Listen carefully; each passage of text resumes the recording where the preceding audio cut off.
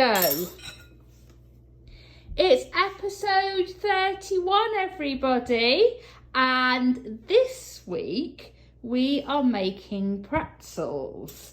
So I thought that the roast dinner last week was quite ambitious, but this week we have no idea what we're doing. We've got a recipe here from the Guardian website, which is really complicated and pretentious looking, but we'll have a go and we'll see where we get to.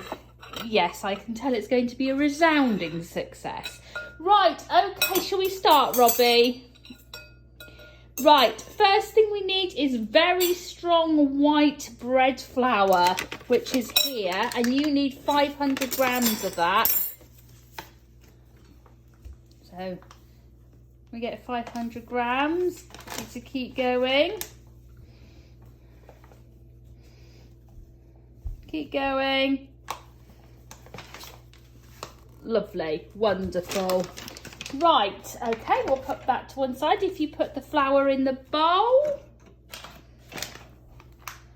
Right, next thing you need is a nice big teaspoon of yeast. Okay, can you see where the yeast is? So you know, our kitchen already smells of yeast because Robbie has managed to spill the yeast packet twice this morning. Yeah, nice big teaspoon of the yeast. Wonderful. That can go in. Right, and then for we've spilled it again. Oh, goodness me. Right, okay. And lastly, a slightly smaller teaspoonful of the salt. Can you see the salt in front of you? So put that, we don't need an as piled up teaspoon of the salt. Yeah, lovely, put that in. Super. Right, so let's get a fork and mix all of that round. I'd use a fork just to mix all of that round. Try not to spill it everywhere. Lovely. Right, okay. Right, next job. You need to put the butter in. Now, I'm not quite sure how we mix the butter in. It wasn't very clear. There feels like there's far too much flour to rub the butter in. So let's put it in. We've cut it up quite small. Oh, okay. And maybe just try and sort of mix it in. Maybe sort of mash it in. I don't really know. It's a cut the butter up into very small pieces, but the problem is if you do that, the pieces then get all stuck together. So I'm not really quite sure how that works. So maybe it will become clearer once the water goes in. Who knows? Right, let's just have a look.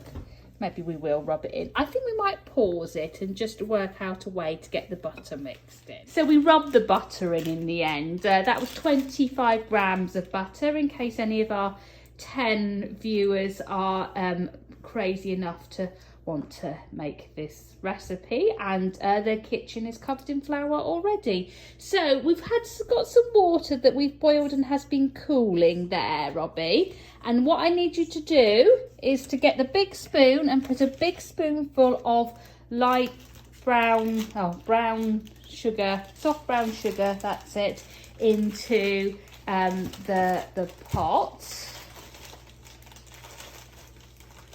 Nice big spoonful. Yeah, wonderful, perfect. No, in there. Oh. In there. Why are there raisins in here? That's a bit weird. Right, just putting the... Oh, I'm sure it will be fine in there. Right, okay. Now pour the water in. Right, okay. I think we were supposed to mix the sugar in with the water. And then what I want you to do, Robbie, is I want you to stir it round with a fork. Now, we're going to stir it around with a fork until it starts to form some sort of a dough. And then what we need to do is we need to knead the dough, and apparently we need to hand knead the dough because we don't have a fancy machine, for about 20 minutes, which seems like absolutely ages. I think that is going to require some sous chef involvement. Then we have to do a little bit of a song and dance with splitting the mixture and resting the mixture, which we'll do off camera. And then we will rejoin you again when we will attempt to make pretzel shapes with them. Okay, so we have some dough here, and we rested it for just over half an hour, probably 40 minutes when all was said and done. Halfway through that, we turned our dough into 6 separate dough balls, splats, whatever you want to call them. And from those we are making our pretzels. So we've had a go at one already, which is over here. But Robbie is going to have a go at making one to show you how it's done. So the first thing that he's doing is stretching out the dough. So it's nice and stretchy. And then we're going to get one of them and put it onto the other tray. Now what you need to do, Robbie, is you need to turn it over. Oh, that's, well, that would do, I suppose. So yeah, that's Robbie's version of a pretzel. What you can do is you can, look at this, Robbie. Look at what I'm doing. You can make it into a figure of 8 like this. Look at this, with the top open. And then if you twist it round,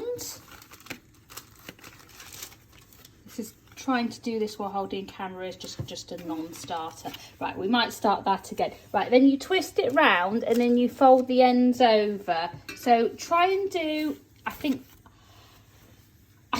the sous chef may be called in here. But anyway, we are currently making pretzels and they're sort of varying in their shapes, but that's okay.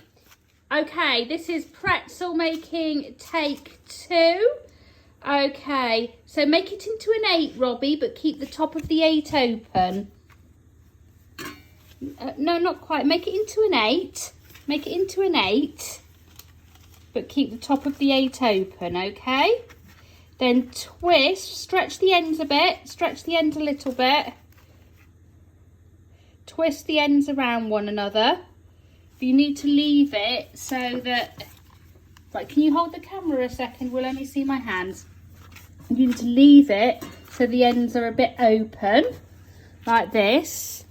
Twist it round, okay, and then fold it over like that. It's a bit thicker in the bit that we folded over than the recipe suggested it should be, and put that on the tray. So we just need to do the last 2 now, and then we will join you again just before we're about to bake, when we will show you how to make the pretzels super shiny. Well, it's quite a lot later on in the afternoon, and we're dressed. Well, kind of. Robbie's top is on back to front and inside out, but the intention was there. So can you see here, they're not cooked yet, but we've got some beautiful looking pretzels. We've had to do quite a lot of different things of resting the dough, splitting the dough, resting the dough again, putting the dough in the fridge. And now, this is probably the weirdest thing I've ever done with cooking. We have the pretzels in this mixture. So this mixture is sodium carbonate and water, and we have created the sodium carbonate by baking bicarbonate of soda at a lowish heat, 130 degrees, for an hour to create sodium carbonate. And apparently this is what makes the pretzels, hello Robbie, this is what makes the pretzels all shiny and pretzel-like. So we're going to do this. We've got to keep each pretzel in the mixture for 4 minutes. So we're going to do this 2 at a time, and then we're going to cook our pretzels in the oven on about 180-ish degrees for about 15 minutes each, and we will show you what we've got at the end. So in the oven they rose and the holes disappeared, and they, not quite sure what they look like now. They've got a nice brown colour. I'm sure they'll be very nice to eat, but yeah, they're not quite as pretzely as we thought they would be. But you know what? I'm still going to eat one. What about you, Robbie? You gonna have one? Robbie's slightly less enthusiastic due to the lack of holes. But never mind. We will see you next week for another Robbie's Cooking Sunday. Bye bye everybody.